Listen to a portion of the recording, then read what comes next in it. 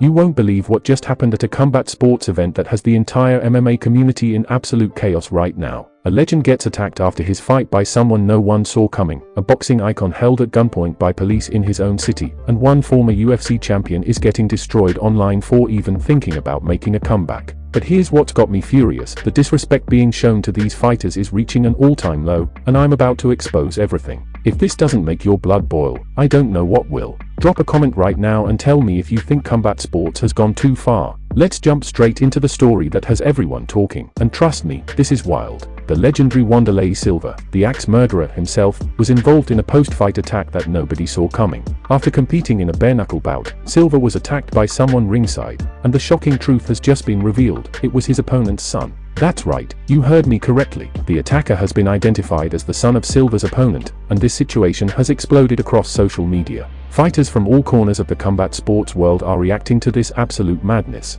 This isn't just unsportsmanlike conduct, this is a complete breakdown of respect in our sport. Silva, who's 48 years old and has given everything to this sport for decades, competing in legendary battles in Pride and the UFC, doesn't deserve this kind of treatment. The man is a living legend who helped build the sport we all love today. And now fighters are speaking out in droves. Some are calling for lifetime bans, others are demanding legal action, and everyone is asking the same question: how did security let this happen? Here's a quick trivia question for you. Comment below and let me know, in which year did Wanderlei Silva win his first Pride middleweight championship? Drop your answer in the comments. The reaction from fighters has been intense. Many are pointing out that this kind of behavior threatens the integrity of the entire sport. When family members start attacking fighters after legitimate competition, where does it end? This isn't street fighting, this is professional combat sports with rules, regulations, and most importantly, respect. Before moving to the next news, we have a quick request for you. We are constantly working to improve our content to earn your love and support. That's why we would truly appreciate it if you could take a moment to leave a like on this video, subscribe to the channel, and hit the bell icon so you never miss an update here on MMA Discuss News. Moving on to the next news, and this story is absolutely insane. Boxing superstar Terence Crawford, one of the greatest pound-for-pound fighters on the planet, was held at gunpoint during a traffic stop in his hometown of Omaha, Nebraska. Let that sink in for a second: a world champion boxer, in his own city, held at gunpoint by police. Now, both the Omaha mayor and police department have issued statements about the incident, but this has sparked a massive conversation about how athletes, particularly black athletes, are treated during routine traffic stops. Crawford, who has represented Omaha on the world stage, bringing pride and recognition to his city through his incredible boxing achievements, found himself in a situation that could have gone horribly wrong.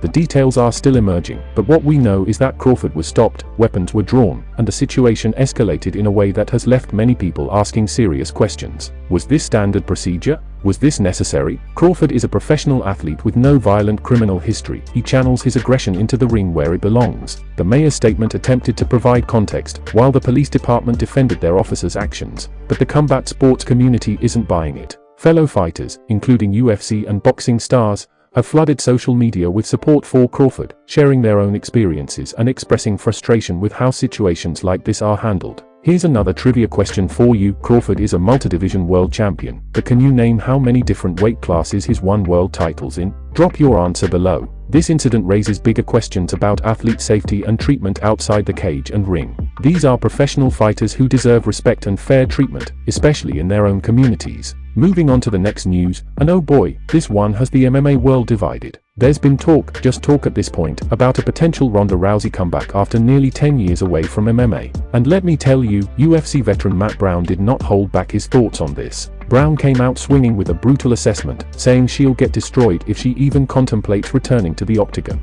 And honestly, he might have a point. Now, before the Rousey fans come after me in the comments, let's look at the facts. Rousey hasn't fought in MMA since December 2016, that's almost a decade ago. The sport has evolved dramatically since then. The women's divisions are now filled with complete mixed martial artists, strikers who can grapple, grapplers who can strike, and athletes who have studied Rousey's entire game plan inside and out. The element of surprise that made Rousey so dominant in the early days, that's gone. Matt Brown isn't just being harsh for no reason, he's being realistic. Rousey was a pioneer, a trailblazer who opened doors for women's MMA and made it mainstream. She's a legend of the sport, and her legacy is secure. but coming back now, at 38 years old, after years away, against killers like current champions and top contenders? That's not nostalgia, that's a potential disaster. Other fighters have weighed in too, and the reactions are mixed. Some respect the idea of a legend wanting one more run, while others echo Brown's sentiments that sometimes knowing when to stay retired is the mark of true wisdom. Trivia time. Can you name how many consecutive UFC title defenses Rousey had before her first loss? Comment your answer. Moving on to the next news, Israel Adesanya has officially declared he's moved on from a potential Sean Strickland rematch,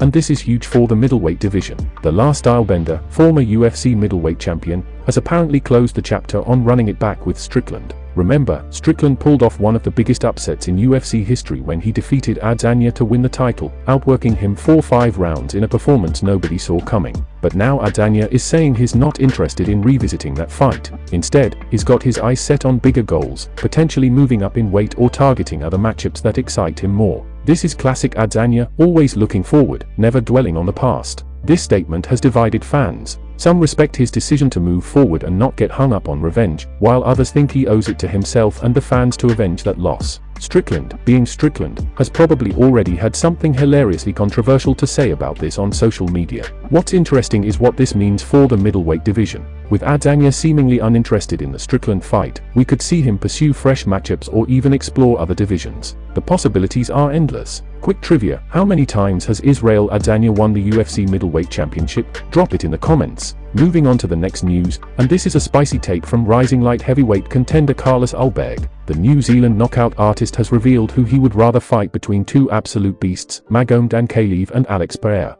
And trust me, his answer is going to surprise some of you. Ulberg, who's been climbing the rankings with devastating knockout power and slick striking, is in a position where big fights are coming his way. Both Ankalaev and Pereira represent massive opportunities, but for very different reasons. Alex Pereira is the current UFC light heavyweight champion, a legend, a two-division champ, and arguably the scariest striker in UFC history. Fighting potent means immediate title implications, massive exposure, and the chance to test yourself against absolute greatness. But it also means facing a guy who turns people's lights out with the kind of power that's terrifying. On the other hand, Ankalaev represents a completely different challenge. He's the division's dark horse, an incredible wrestler with underrated striking, someone who's been avoided by fighters because of how tough he is stylistically. An Ankalaev fight might not have the same star power, but it could be the perfect resume builder. So who did Ulberg choose? Without spoiling the exact details of his reasoning, Ulberg's thought process shows his thinking strategically about his career. He's not just chasing the biggest name, he's considering styles, timing, and what makes sense for his trajectory toward the title.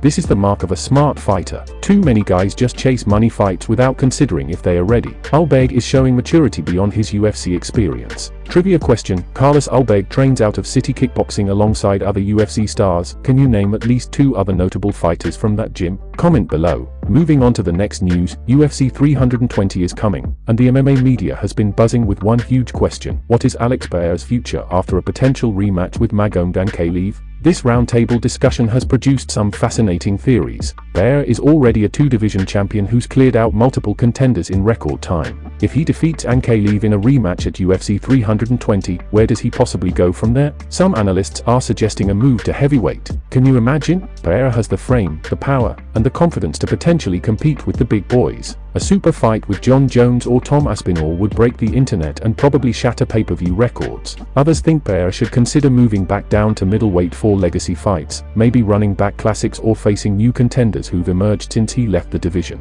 Imagine Pereira versus some of the current middleweights, absolute fire. Then there's the wildest theory that Pereira might actually consider retirement or stepping back to focus on boxing. He's already achieved so much in such a short time. He's got nothing left to prove. The man went from kickboxing legend to two-division UFC champion in the blink of an eye. The Ankalaev rematch itself is fascinating because their first fight was so close and controversial. Many thought Ankalaev won, others scored it for Pereira. A definitive victory for either man would answer a lot of questions, but it also opens up new ones about what's next. What do you think? Should Pereira move to heavyweight, go back to middleweight, or defend the light heavyweight title against all comers? Drop your opinion in the comments. I want to hear what you think his future should be. And there you have it, fight fans, another explosive week in the world of MMA and combat sports. From shocking post-fight attacks to championship speculation, from comeback debates to fighter preferences, this sport never fails to deliver drama. The stories we cover today show exactly why combat sports is the most unpredictable, most exciting, and sometimes most controversial sport on the planet. Legends being attacked, champions held at gunpoint, comeback talks,